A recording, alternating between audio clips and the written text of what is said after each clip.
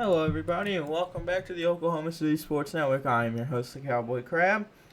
And, well, last week was certainly a shocker, to say the least. It seems the crab curse has really just picked up this season, as no matter who I pick in these predictions, they always lose. I'm 0-4 on predictions this season for the Twisters. So, maybe the fact I acknowledge that means tonight changes that. Whereas the Twisters 2-2 right now, back to a 500 record, not competing for a tank bowl, will be going up against a division rival who is competing for the tank bowl in the Barton Bruisers. And I wouldn't say I'm too worried about the Bruisers tonight, folks. I don't ever remember them being any form of good.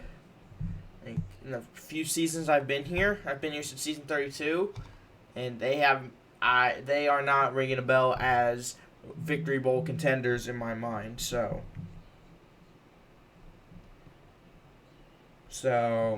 I think tonight I'm very confident the Twisters will be able to get the win.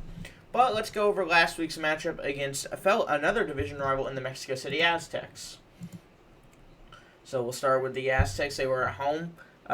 Drew, 15 for 32, 527 passing yards, less than 50% on the completion percentage, a 46.9 completion percentage, 5 touchdowns and 2 interceptions. At the receiving, your receivers, you have Luke with 4 receptions, 118 receiving yards and a touchdown. Super with a reception, 13 receiving yards. Flawless, 4 receptions, 181 receiving yards, 2 touchdowns. Luck Glover, 1 reception, 31 receiving yards. Wizard, 3 receptions, 44 receiving yards. And Leno with 2 receptions for 144 receiving yards and 2 touchdowns. At center, Zesty Zinger, out of his 3 drives, led up 3 sacks. Fool OGs, out of his 7 drives, led up a tackle for loss and a sack. And Super, on his 1 drive, didn't let up anything. At defense, Flawless and Leno both got an interception. And that's it.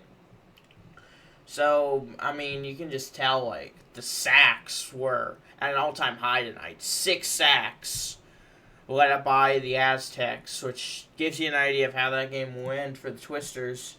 And now we'll move over to the Twisters themselves. Bailey, 19 for 25, 726 passing yards, a 76 completion percentage, 9 touchdowns on the night, 2 interceptions. Samuel having, that's the career high. I think that is the highest receiving yards I think I've ever seen from this man. 6 receptions, 30 receiving yards, and 6 touchdowns. That has got to be a record for him. I don't think I've ever seen it that high.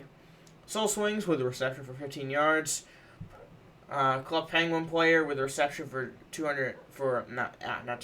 16 receiving yards. In Spy, also having another career night.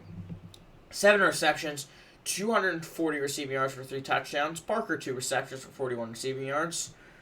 There's Maz with a reception for 34 receiving yards. And Dupordem with a reception for 50 receiving yards. At center, BBLA, out of his 11 drives, led up no sacks. And then at defense, this is the most amount of names I think I've ever seen on a defensive sheet. Yeah, Pro Club Penguin player with a sack. BBLA with 2 sacks and a safety. Yeah, Dupordem with an interception. Bailey with a tackle for loss and sack. Parker with a sack and Soul Swings with an interception. The defense just was the shining star of this game. They had so many plays against the Aztecs. It was unheard of, folks. The offense, in my opinion, they didn't need to do as much as they did to win this game, but it was just an absolute massacre, to say the least, in Mexico City, 32-63. You had the mercy rule be in effect at several points. So, it was just quite shocking, to say the least. I was thinking it was going to be a very close game, but no, the Twisters, they mowed down through Mexico City. Like it was the Mexican-American War.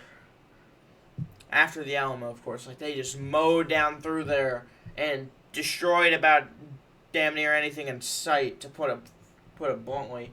I mean, Bailey just short, just kind of over 700 passing yards. Samuel, career high of 333 receiving yards and 6 touchdowns. And Inspy with the most receptions, 7 and 240 receiving yards. So just the receiving core went off tonight, last week, and Samuel and Inspy and everybody else playing a supporting role. And the defense was just on another level from what I've seen here in my time with the Twisters.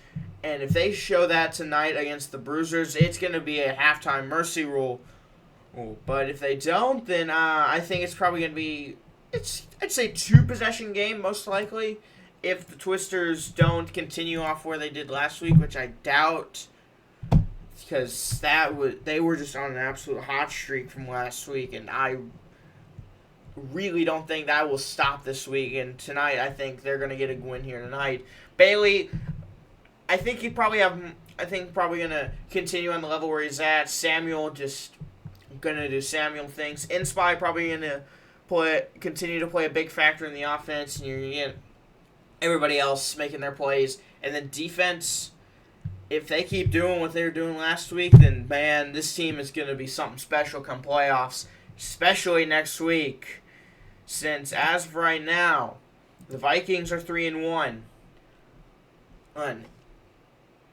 The Twisters will have a win over the Aztecs, which, depending on how the Aztecs do, give them a win over the Twisters.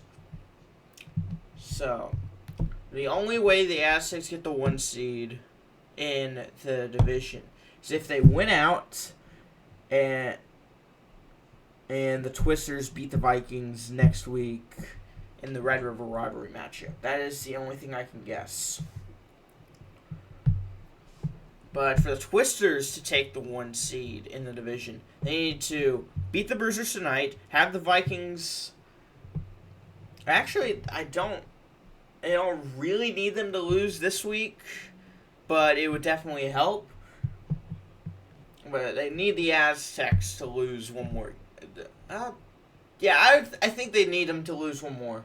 Yeah, they need the Aztecs to lose one more game, and they need to beat the Vikings in week 6. I think that's how it should be.